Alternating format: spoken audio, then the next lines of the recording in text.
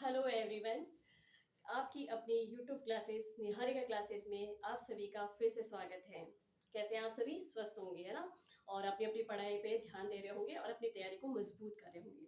चलिए, बिना टाइम को वेस्ट किए हुए कल जो हमारी क्लास जो हमारी क्लास कल कीबोर्ड पे जहाँ पर हमने थोड़ी सी रोक ली थी, अब आगे उसी से आगे हम पढ़ते हैं।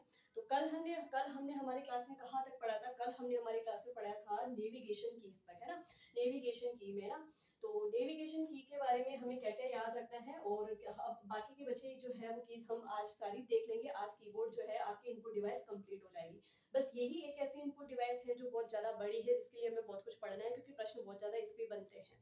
और बाकी तो फिर हम जो है जो भी इनपुट डिवाइस बचेगी वो आपकी 1 से 2 क्लास में और कंप्लीट हो जाएगी। चलिए, अब देखो कि कल हमने जहाँ छोड़ा था कि भाई नेविगेशन कीज, है ना? तो नेविगेशन कीज जो है इनको हम क्या कहते हैं? इनको कर्सर कंट्रोल कीज भी कहा जाता है। इनके द्वारा ही हम कर्सर को कंप्यूटर में दाएं बाएं ऊपर नीचे घुमा सकते हैं। ठीक है। तो अब प्रश्न क्या है कि ये जो नेविगेशन कीज है ये संख्या में कितनी होती है? तो ये संख्या में टोटल होती है 4। कितनी होती है? 4 होती है। ठीक है। अब इसमें अगर हम बात करें तो ये जो है ये नेविगेशन की क्या है? अप एरो है। इसे हम क्या कहेंगे? Up arrow. अब अप एरो क्या काम करता है? सुनिएगा। आपका कर्सर आपका कर्सर मान लो कि आपने एमएस वर्ड में आप काम कर रहे हो और आपने 3-4 लाइनें लिख दी है और आपका कर्सर जो है वो इस फोर्थ वाली लाइन में ना, इस लास्ट वाली लाइन में है। आपका कर्सर इस लास्ट वाली लाइन में मूवमेंट कर रहा है। अभी आपका कर्सर इस लाइन में है, तो अगर आपको इस लाइन से एक लाइन ऊपर जाना हो, है ना? वर्तमान में कर्सर जिस लाइन में मूवमेंट कर रहा है या वर्तमान में हमारा कर्सर जिस लाइन में है, चाहे फिर वो लाइन के बीच में ही हो, है ना? तो लाइन में है तो उससे एक लाइन ऊपर जाने के लिए हम कौन सी की का उपयोग करेंगे? अप एरो शॉर्ट की का उपयोग करेंगे। ठीक है। एक लाइन ऊपर जाना है, तो एक लाइन ऊपर जानी है तो आपको अप एरो की प्रेस करनी पड़ेगी। ठीक है। अब इसी अप एरो की को यदि आप कंट्रोल के साथ प्रेस करते हैं, किसके साथ प्रेस करते हैं? कंट्रोल के साथ में। यदि इसी अप एरो की को अगर आप कंट्रोल के साथ में प्रेस करते हैं तो फिर आपका कर्सर जो है सबसे पहली लाइन पे आ जाएगा। कहाँ आ जाएगा? सबसे पहली लाइन में आ जाएगा। समझ में आई बात में? भाई अगर आप सिर्फ सिंपल अप एरो को प्रेस करते हो, सिर्फ सिंपल अप एरो बटन को दबाते हो, तब तो कर्सर जो है सिर्फ एक लाइन ऊपर आएगा। ठीक है। और अगर इसी अप एरो की को कंट्रोल की के साथ प्रेस करते हो तो कर्सर जो है वो पेज के सबसे ऊपर वाली लाइन में आ जाएगा। समझ में आया यहाँ पे? चलिए, ऐसे ही सेम कार्य किसका है? इस डाउन एरो का है। किसका है? डाउन एरो का है। अगर कर्सर जिस लाइन में है उस लाइन से एक लाइन नीचे अगर आपको आपके कर्सर को लाना है, जिस लाइन में कर्सर वर्तमान में कार्य कर रहा है उसी लाइन से नीचे वाली लाइन में यदि हमें कर्सर को लाना है तो हम कौन सी की का उपयोग करेंगे? हम डाउन एरो की का उपयोग करेंगे। और यदि हमें पेज की सबसे अंत वाली लाइन में, सबसे लास्ट वाली लाइन में एरो कर्सर को लेके आना है तो हम कंट्रोल प्लस डाउन एरो की प्रेस करेंगे। समझ में आया आपको यहाँ पे? चलिए, तो देखो अप एरो की और डाउन एरो की दोनों कैसे काम करती है ये मैंने अच्छे से बता दिया है आपको कि अप एरो की को सिंगल प्रेस करने पर, अप एरो की को अप एरो की बटन को दबाने पर कर्सर एक लाइन ऊपर जाता है, डाउन एरो की को दबाने पर कर्सर एक लाइन नीचे आता है। कंट्रोल प्लस अप एरो की कंट्रोल के साथ में, ये जो हमारी कंट्रोल की है, इस कंट्रोल की के साथ में यदि इस की को दोनों को एक साथ प्रेस करते हो, कंट्रोल की के साथ में यदि अप एरो की को प्रेस करते हो तो कर्सर पहले लाइन पे चला जाता है। कंट्रोल की के साथ में यदि डाउन एरो की को प्रेस करते हो तो कर्सर जो है वो सबसे लास्ट वाली लाइन में आ जाता है। क्लियर है यहाँ पे? चलिए, तो जैसे मैंने बोला है वैसा आपने नोट भी कर लिया होगा, और अगर साथ के साथ नोट नहीं कर पा रहे हो तो क्लास को एक बार समझने के बाद दोबारा इसको चलाकर फिर नोट बना लेना। चलिए, फिर देखो राइट एरो की बात करें तो आपका कर्सर वर्तमान में जिस शब्द पर है ना, तो सुनना कि जब आप इस राइट एरो की को दबाओगे तो कर्सर एक अक्षर दाईं ओर चला जाएगा। मतलब जैसे कि मान लो यहाँ मैंने लिखा है कंप्यूटर, ठीक है, और मेरा कर्सर P और U के बीच में है, यहाँ पर है। तो जैसे ही मैं राइट एरो की को दबाऊंगी तो मेरा कर्सर कहाँ चला जाएगा, U के आगे चला जाएगा। और अगर मैं लेफ्ट एरो की को दबाऊंगी तो ये कर्सर कहाँ आ जाएगा, ये कर्सर जो है वापस P और U के बीच में आ जाएगा। समझ में आई बात? देखिए आपका कर्सर जो है, आपका कर्सर जो है वर्तमान में कहाँ है, P और U के बीच में है। आप राइट एरो की दबाते हो तो ये कर्सर कहाँ चला जाएगा, इस U के आगे चला जाएगा, मतलब दाईं ओर खिसक जाएगा। और अगर अब वापस आप लेफ्ट एरो दबाते हो तो यही कर्सर वापस कहाँ खिसक जाएगा, दाईं ओर खिसक जाएगा। समझ में आया? तो एक अक्षर दाईं ओर खिसकाने के लिए राइट एरो की का उपयोग करेंगे, कर्सर को एक अक्षर बाईं ओर खिसकाने के लिए लेफ्ट एरो की का उपयोग करेंगे। अब देखो, अगर कंट्रोल के साथ में राइट एरो की को प्रेस करते हो, कंट्रोल प्लस राइट एरो की प्रेस करते हो, तो कर्सर जो है वो दाईं ओर पूरा एक शब्द ही आगे हो जाएगा। समझ में आया आपको? आप इसको ऐसे समझो कि राइट एरो की को जब अकेले प्रेस करोगे तो एक अक्षर दाईं ओर खिसकेगा, और राइट एरो की को जब कंट्रोल की के साथ प्रेस करोगे तो पूरा एक शब्द ही कर्सर आगे चला जाएगा, मतलब इस कंप्यूटर से हटके अगले वाले शब्द पे चला जाएगा। क्लियर है? और कंट्रोल प्लस लेफ्ट एरो की करते हो तो आपका जो कर्सर है वो पूरा एक शब्द बाईं ओर खिसक जाएगा। तो ये हमने चारों नेविगेशन कीज देख ली है, और जैसा मैंने बोला है वैसा आपने लिख भी लिया होगा, तो ऐसे प्रश्न भी पूछे जा सकते हैं।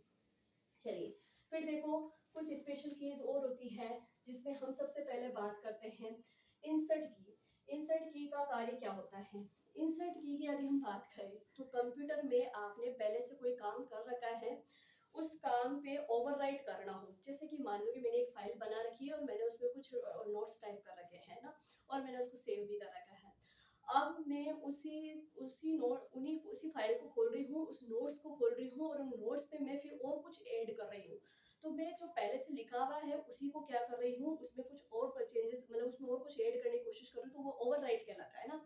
तो किसी भी प्रोग्राम में या किसी भी में ओवरराइट करने के लिए हम किस की का उपयोग करते हैं, इंसर्ट की का उपयोग करते हैं। चलिए फिर बात करते हैं होम की।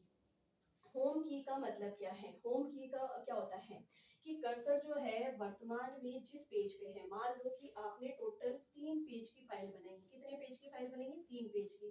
अब आपका कर्सर जो है इस सेकंड नंबर वाले पेज में है, ठीक है। तो वर्तमान में आपका कर्सर जिस पेज में है उस पेज से आगे जाने के लिए, उस पेज से एक पेज आगे यानी नेक्स्ट पेज में जाने के लिए, नेक्स्ट पेज में जाने के लिए हम किस की का उपयोग करेंगे?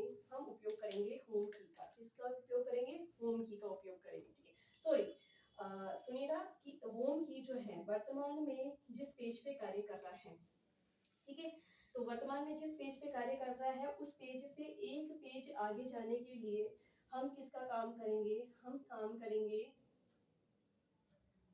एक सेकेंड, थोड़ा सा कंफ्यूजन हो गया, सॉरी। सुनिएगा, आपकी जो होम की है उस होम की में कैसे काम किया जाता है, जो ये आपकी होम बटन की होती है उसमें क्या होता है कि आप वर्तमान में मान लो कि आपकी 3 पेजों की एक फाइल है, तो वर्तमान में आपका कर्सर पेज में कहीं पे भी मूवमेंट कर रहा है।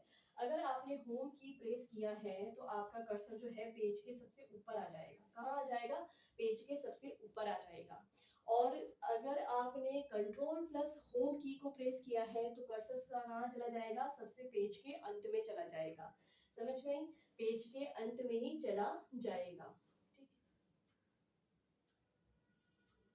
एक सेकेंड, क्षमा चाहती हूँ आपसे।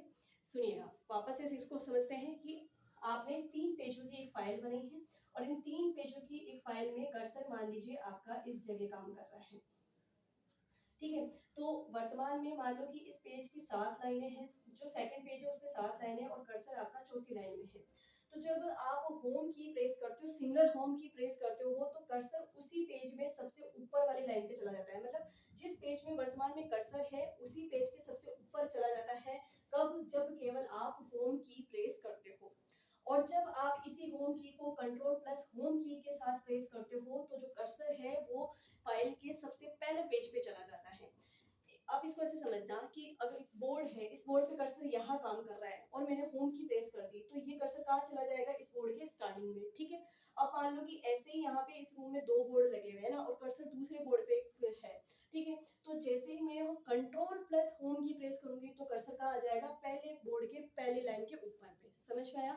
जहाँ वर्तमान पेज के ऊपर ही चला जाना, तब तो केवल होम की उपयोग करो, सिंगल होम की प्रेस करो, और जो फाइल है वो जितने पेज की बनी हुई है उसके पहले पेज पे चले जाए, तो उसके लिए हमें कंट्रोल प्लस होम की प्रेस करनी है। समझ में आई बात? चलिए फिर देखो, होम की के नीचे यहाँ लिखी हुई है एंड की।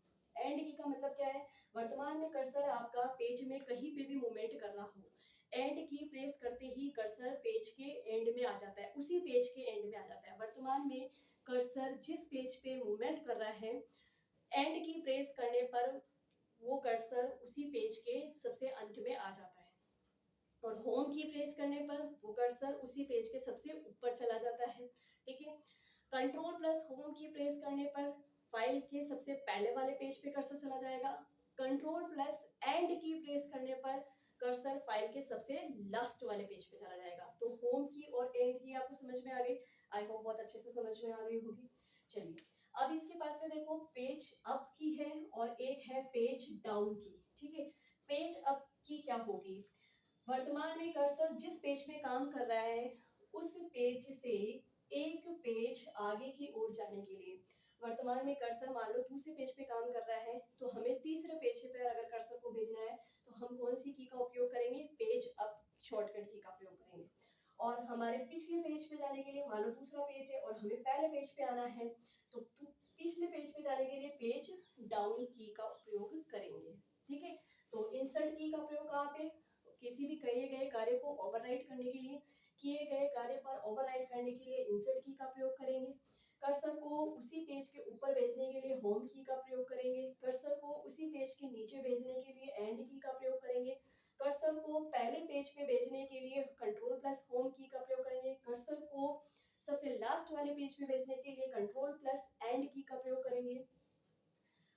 वर्तमान पेज से एक पेज आगे की ओर भेजने के लिए पेज अप की का प्रयोग करेंगे। वर्तमान पेज पे कर्सर है, उसको एक पेज पीछे भेजने के लिए पेज डाउन की का प्रयोग करेंगे। चलिए अब बात करते हैं डिलीट की, है ना, डिलीट की। चलिए डिलीट की और बैक स्पेस की, है ना। देखो हमारे कीबोर्ड पर एकमात्र ऐसी की है, एकमात्र ऐसी की है जिसे हम क्या कहते हैं, ये होती है आपकी स्पेस बार। क्या होती है, स्पेस बार की, है ना। ये जो आपकी स्पेस बार की होती है, एकमात्र कीबोर्ड पे ऐसी की होती है जिसपे स्वयं का नाम लिखा नहीं होता है। कीबोर्ड पर सबसे बड़ी की स्पेस बार होती है और जिसपे स्वयं का नाम भी नहीं लिखा होता है, जिसके द्वारा हम क्या करते हैं, दो अक्षरों के मध्य स्पेस देने का काम करते हैं, ठीक है। तो कीबोर्ड पर सबसे बड़ी की कौन सी, कीबोर्ड पर सबसे बड़ी की होती है स्पेस बार, और ये एक ऐसी की है जिसपे स्वयं का नाम नहीं लिखा होता है, और इसके द्वारा हम दो अक्षरों के मध्य जगह खाली स्थान देते हैं, मतलब स्पेस छोड़ते हैं। चलिए अब आ जाओ, अब आगे बात करें तो देखो कि कीबोर्ड पे दाईं ओर साइड, बाईं ओर साइड पे, कीबोर्ड पे दाईं ओर साइड पे तो न्यूमेरिक कीपैड होता है, ठीक है। और कीबोर्ड पे बाईं ओर साइड जो है ये अल्फा न्यूमेरिक कीज कहलाती है। क्या कहलाती है, अल्फा न्यूमेरिक कीज। अब इसको अल्फा न्यूमेरिक कीज क्यों कहेंगे, क्योंकि यहाँ पर अल्फाबेट्स भी होते हैं। तो अल्फाबेट्स कीज कितनी होती है, इस पूरे बोर्ड की अब हम बात समझ रहे हैं ना, और इसी के अंदर डिलीट की भी आ जाएगी, जो कि मैंने यहाँ छोड़ दी है। डिलीट की भी दो होती है, एक और दो, है ना। तो डिलीट की का फंक्शन भी अभी हम देखेंगे, देखिएगा। अब जब हम इस अल्फा न्यूमेरिक कीज की बात कर रहे हैं, तो सबसे पहली चीज की अल्फाबेट कीज कितनी होती है, तो कीबोर्ड पर टोटल अल्फाबेट कीज होती है 26, ए से लेके जेड तक, ए से लेके जेड तक। अब साथ साथ में सब कुछ समझते जाना। कुछ कीज होती हैं जिन्हें हम कहते हैं कॉम्बिनेशंस कीज। क्या कहते हैं, कॉम्बिनेशंस कीज, है ना। कुछ कीज होती हैं जिन्हें हम कहते हैं कॉम्बिनेशंस कीज, या जिन्हें हम कहते हैं मॉडिफायर कीज, या जिन्हें हम कॉम्बिनेशंस कीज भी कहेंगे, मॉडिफायर कीज भी कहेंगे, ठीक है। तो कॉम्बिनेशंस कीज क्या होती है, मॉडिफायर कीज क्या होती है। कॉम्बिनेशंस कीज होती है वो कीज जो स्वयं अकेले कोई भी काम नहीं कर सकती है, लेकिन वो किसी की के, किसी दूसरे की के साथ मिलकर कोई कार्य कर सकती है। मतलब उस की को अगर आप अकेले प्रेस करो तो वो कोई काम नहीं करेगी, लेकिन उस की के साथ में अगर किसी दूसरी की को आप प्रेस करोगे तब वो काम कर सकती है। तो एक कॉम्बिनेशन बैठाती है, इसलिए इसको कॉम्बिनेशन कीज कहते हैं। मॉडिफायर कीज यानी कि चीजों को बदलती है, इसलिए इनको मॉडिफायर कीज कहते हैं। तो आपसे पहला प्रश्न पूछेगा कि कॉम्बिनेशन कीज या मॉडिफायर कीज कितनी होती है। तो कॉम्बिनेशन कीज जो मॉडिफायर कीज होती है वो टोटल होती है 3। कितनी होती है? 3। 3 कौन कौन सी?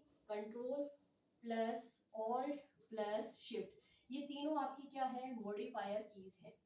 ये तीनों आपकी कॉम्बिनेशन कीज है, कंट्रोल ऑल्ट शिफ्ट, इन्हीं को मॉडिफायर कीज है कहते हैं। कुछ शॉर्टकट की कंट्रोल की के साथ यूज करते हैं, कुछ शॉर्टकट की ऑल्ट के साथ यूज करते हैं। शिफ्ट की का भी यूज हम किसी न किसी की के साथ करते हैं। तो कॉम्बिनेशन कीज, मॉडिफायर कीज संख्या में कितनी? ये ना, ये कंट्रोल ऑल्ट और शिफ्ट, ये संख्या में तो 3 होती है, लेकिन कीबोर्ड की ये सारी की डबल होती है। कंट्रोल भी 2 है, ऑल्ट भी 2 है, शिफ्ट भी 2 है ना। तो मॉडिफायर की संख्या कितनी? 3। मॉडिफायर की को क्या कहते हैं? कॉम्बिनेशन कीज कहते हैं। ठीक है, चलिए, ये स्वयं अकेले काम नहीं करती, लेकिन किसी और की के साथ जुड़कर काम करती है। अब देखना कि ये तीनों की आपको याद हो गई, आपने नोट कर लिया होगा। चलिए, हम बात कर रहे थे अल्फाबेट की। तो अल्फाबेट की टोटल कितनी होती है? ए से जेड तक। अगर आपने कैप्स लॉक ऑन कर रखा है, कैप्स लॉक अगर ऑन है तो ये सारे अल्फाबेट किस में आएंगे? कैपिटल लेटर में आएंगे। और कैप्स लॉक अगर आपने ऑफ कर रखा है तो ये सारे अल्फाबेट कैसे आएंगे? स्मॉल लेटर में आएंगे। अब एक चीज बताओ कि हम अगर कैप्स लॉक का उपयोग भी नहीं करें तो फिर इन अल्फाबेट को कैसे कैपिटल या कैसे स्मॉल में लिखें?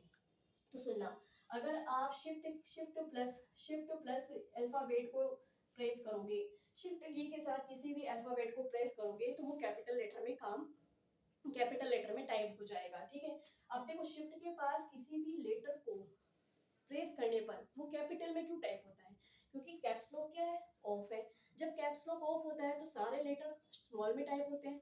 अब आप कैप्स लॉक को ऑन नहीं करना चाहते हैं, विदाउट कैप्स लॉक आप चाहते हो कि लेटर कैपिटल आ जाए, तो फिर आप क्या काम करोगे? शिफ्ट के साथ शिफ्ट प्लस अगर किसी लेटर को दबाओगे तो वो कैपिटल में हो जाएगा।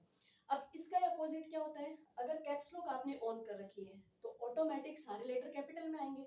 अब आप कैप्स लॉक को बंद भी नहीं करना चाहते और सारे उनमें से कुछ लेटर को स्मॉल में लिखना चाहते हो, तो शिफ्ट फिर दोबारा, जब कैप्स लॉक ऑन है, जब कैप्स लॉक ऑन है तो शिफ्ट की फिर उल्टा काम करेगी।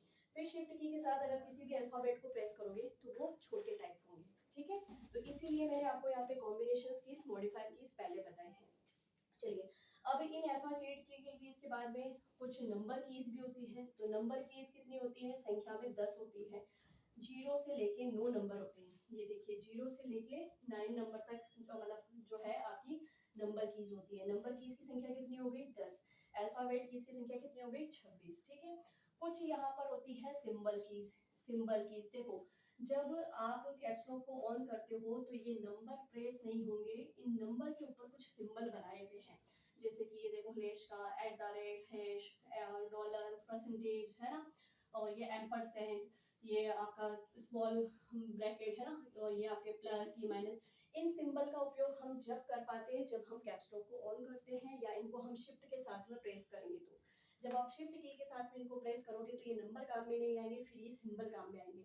तो इस पूरे की न्यूमेरिक, ये जो अल्फा न्यूमेरिक कीपैड है, इस अल्फा न्यूमेरिक कीपैड पे अल्फाबेट्स भी होते हैं, नंबर्स भी होते हैं और सिंबल कीज भी होती हैं। क्लियर है यहाँ पे? तो अल्फाबेट कीज की संख्या 26, नंबर कीज की संख्या 10 और सिंबल्स जो होते हैं वो विशेष प्रकार के चिन्हों का उपयोग करने के लिए हम सिंबल की का उपयोग करते हैं। चलो, अब आगे चलते हैं। तो आगे देखिएगा, आगे हम बात करें तो आगे हम देखें। अब देखो, शिफ्ट की का तो आपको समझ में आ गया। अब बची कौन कौन सी की है?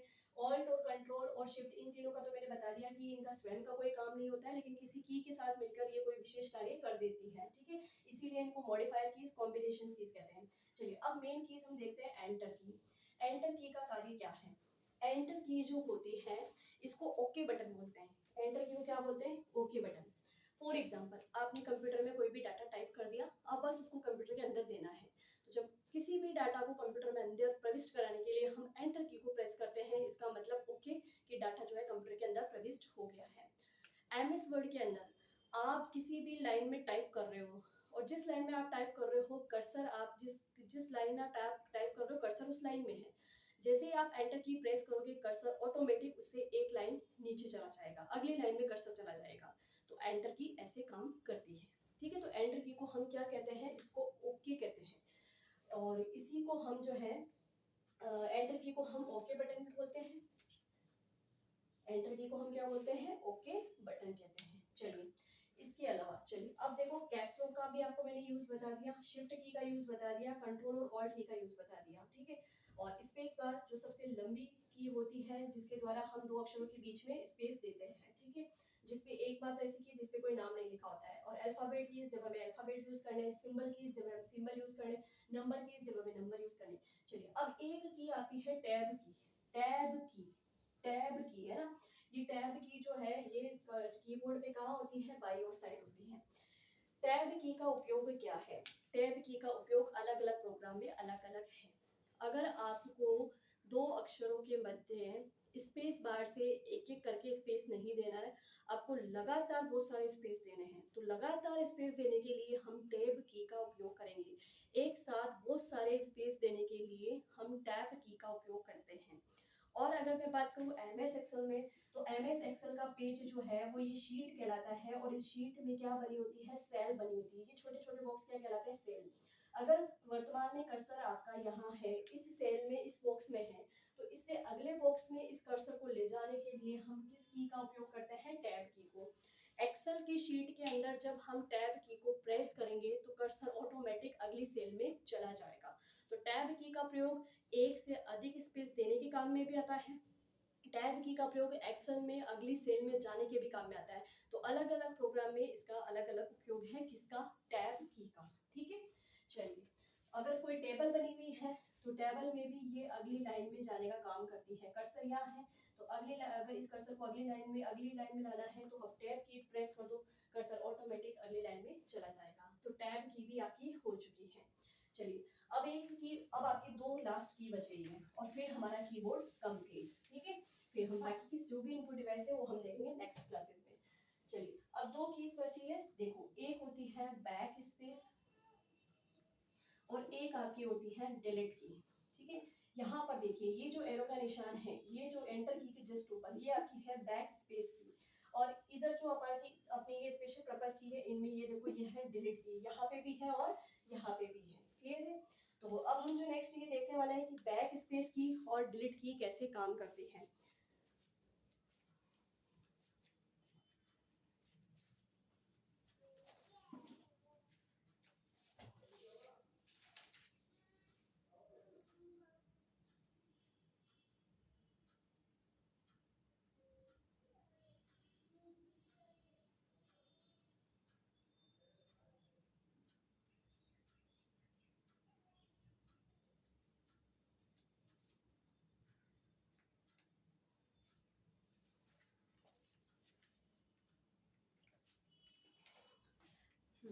चलिए तो हम बात कर रहे थे बैक स्पेस और डिलीट की पे, है ना। तो देखो बैक स्पेस की कैसे काम करती है। सपोज दी कि यहाँ पर मैंने एक शब्द लिखा है कंप्यूटर, ठीक है। और आपका कर्सर कहाँ पे है, इस यू और टी के बीच में है। कहाँ पे है, यू और टी के बीच में आपका कर्सर मूवमेंट कर रहा है। अगर आप बैक स्पेस की प्रेस करते हो, बैक स्पेस की प्रेस करने पर आपके कर्सर के बाईं ओर से एक अक्षर डिलीट हो जाएगा, है ना। बैक स्पेस की और डिलीट की, इन दोनों का एक ही काम है, अक्षर को मिटाना, ठीक है। इन दोनों का मिला जुला काम है, समान काम है कि अक्षर को मिटाना। तो जो बैक स्पेस की है वो बाईं ओर यानी लेफ्ट हैंड साइड एक अक्षर को मिटाती है, जबकि जो डिलीट की है वो दाईं ओर एक अक्षर को मिटाती है। कर्सर आपका यू और टी के बीच में काम कर रहा है। अगर आपने बैक स्पेस की प्रेस की है तो आपका जो है यू जो है वो मिट जाएगा, ठीक है। लेकिन अगर आपने मान लो बैक स्पेस की प्रेस नहीं की है, आपने डिलीट की प्रेस की है, तो डिलीट की प्रेस करने पर ये टी मिट जाएगा। यानी कि एक अक्षर बाईं ओर से मिटाने के लिए लिख लेना आप, बैक स्पेस की एक अक्षर बाईं ओर से मिटाने के लिए हम बैक स्पेस की का प्रयोग करते हैं। फिर डिलीट की में लिखना कि एक अक्षर दाईं ओर से मिटाने के लिए हम डिलीट की का उपयोग करते हैं। समझ में। अब मान लो कंट्रोल के साथ में यदि आपने बैक स्पेस की का प्रयोग किया तो कंट्रोल के साथ में जब हम बैक स्पेस की का प्रयोग करते हैं तो पूरा एक शब्द ही बाईं ओर से मिट जाता है। सिंपल जब बैक स्पेस की को प्रेस करोगे तो एक अक्षर मिटेगा, लेकिन पूरा एक शब्द ही मिटाना हो तो कंट्रोल प्लस बैक स्पेस की एक साथ प्रेस करने पर बाईं ओर से एक शब्द पूरा ही मिट जाता है। डिलीट की बात करें तो कंट्रोल प्लस डिलीट की को प्रेस करने पर एक अक्षर दाईं ओर से पूरा ही मिट जाता है। क्लियर है यहाँ पे? चलिए, तो यहाँ पर मेरे पूरा कीबोर्ड और इस कीबोर्ड में जो जो मेन प्रश्न बनते हैं उन मेन प्रश्न को मैं 2 मिनट फिर से रिवाइज भी जरूर कराऊंगी, लेकिन पूरे कीबोर्ड को मेरे मेरे मेरे तरीके से मैंने बहुत अच्छे तरीके से आपको समझाने का प्रयास किया है। एक एक की और उस की के मैंने फंक्शंस भी आपको अच्छे से समझाए हैं, ठीक है, और आपने नोट भी किया होगा। और मैं ये चाहती हूँ कि अब अगर कीबोर्ड से लेके यानी इस इनपुट डिवाइस को लेकर अगर आपकी वहां पर कोई भी प्रश्न मिल जाए पेपर में तो वो गलत नहीं हो। और मैं ये भी कह रही हूँ कि इनसे बाहर कोई प्रश्न नहीं आएगा जितना मैंने आपको कीबोर्ड के बारे में अच्छे से समझाया है। तो 2 मिनट के लिए हम एक छोटा सा क्विक रिवीजन ले लेते हैं कीबोर्ड का, ठीक है। सारी कीज आपने पढ़ ली। एस्केप की दाईं ओर सॉरी एस्केप की किसी भी प्रोग्राम से सीधे बाहर आने के लिए, चालू प्रोग्राम से सीधे बाहर आने के लिए एस्केप की का प्रयोग करते हैं। फंक्शंस की टोटल 12 होती है। F1 की का प्रयोग क्या है? हेल्प करने के लिए, किसी भी प्रोग्राम से संबंधित यदि हमें हेल्प चाहिए तो F1 की प्रेस करेंगे। F2 की किसी भी फाइल फोल्डर आइकन का नाम चेंज करने के लिए यानी रीनेम करने के लिए F2 शॉर्टकट की का प्रयोग करते हैं। F3 की कंप्यूटर के अंदर कुछ भी सर्च करने के लिए F3 शॉर्टकट की का प्रयोग करते हैं।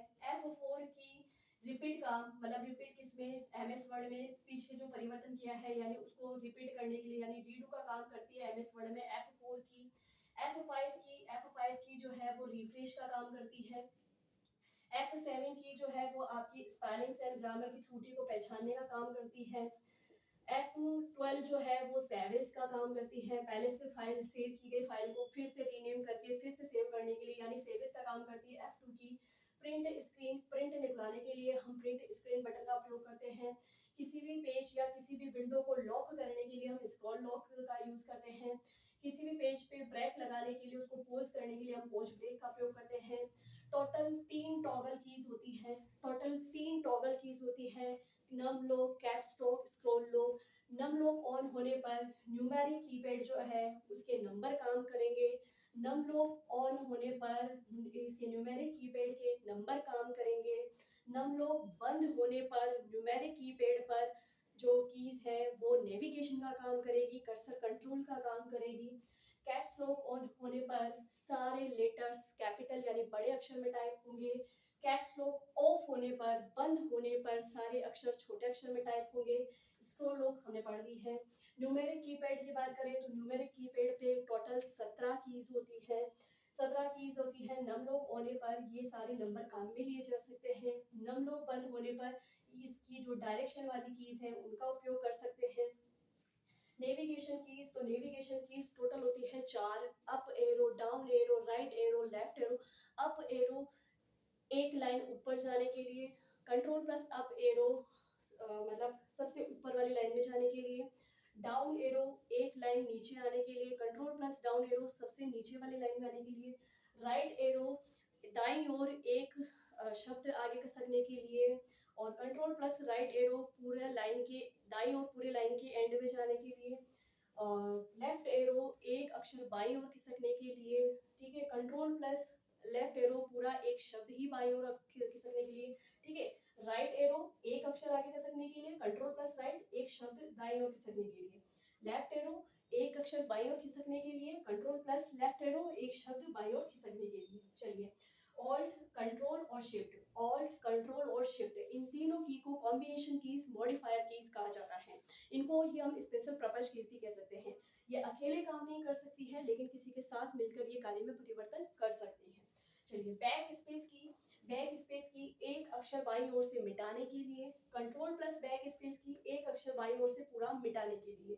डिलीट की एक अक्षर दाईं ओर से मिटाने के लिए, और कंट्रोल प्लस डिलीट की एक अक्षर पूरा ही दाईं ओर से मिटाने के लिए।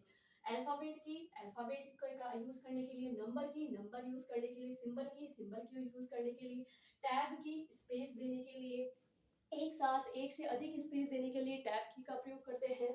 सबसे बड़ी की कीबोर्ड पे स्पेस बार। एक बात ऐसी की जिसका खुद का नाम यहाँ पे लिखा नहीं होता है, इसके द्वारा हम दो अक्षरों के बीच में जगह छोड़ सकते हैं, स्पेस दे सकते हैं। एक्सेल के अंदर टैब की का प्रयोग एक सेल आगे जाने के लिए। बैक स्पेस की होगी। तो इस तरीके से जो है हमने कीबोर्ड को अच्छे से पढ़ लिया है। हमने हमारी आज पहली इनपुट डिवाइस पूरी कंप्लीट कर ली है। अब बाकी की जो इनपुट डिवाइस है वो तो सब छोटी है, उनमें इतना समय नहीं लगेगा। कीबोर्ड से सबसे ज्यादा प्रश्न बनते भी हैं और कीबोर्ड को मैंने बहुत अच्छे तरीके से आपको समझाने का प्रयास किया है। आई होप कि मेरी ये क्लास आपको बहुत ही पसंद आई होगी, और अगर ये आपके लिए हेल्पफुल रह रही है तो मेरे आपसे ये रिक्वेस्ट है कि मेरे चैनल वीडियो को ज़्यादा से ज़्यादा अपने दोस्तों के साथ शेयर करें, ठीक है? क्योंकि जिस तरीके से ये आपकी हेल्प कर रही है उसी तरीके से कई लोगों की ये हेल्प कर सकती है। तो पढ़ते रहिए और पढ़ते रहिए, इसी तरह मेहनत करते रहिए, मेरे साथ जुड़े रहिए। मैं आपकी मेहनत को और भी ज़्यादा मजबूत करने के लिए ही मेरा उद्देश्य, मेरे चैनल का उद्देश्य यही है कि मैं आपकी तैयारी को और भी मजबूत कर सकूं। तब तक अब मिलते हैं हम हमारी नेक्स्ट क्लास में। तब तक के लिए पढ़ते रहिए। धन्यवाद।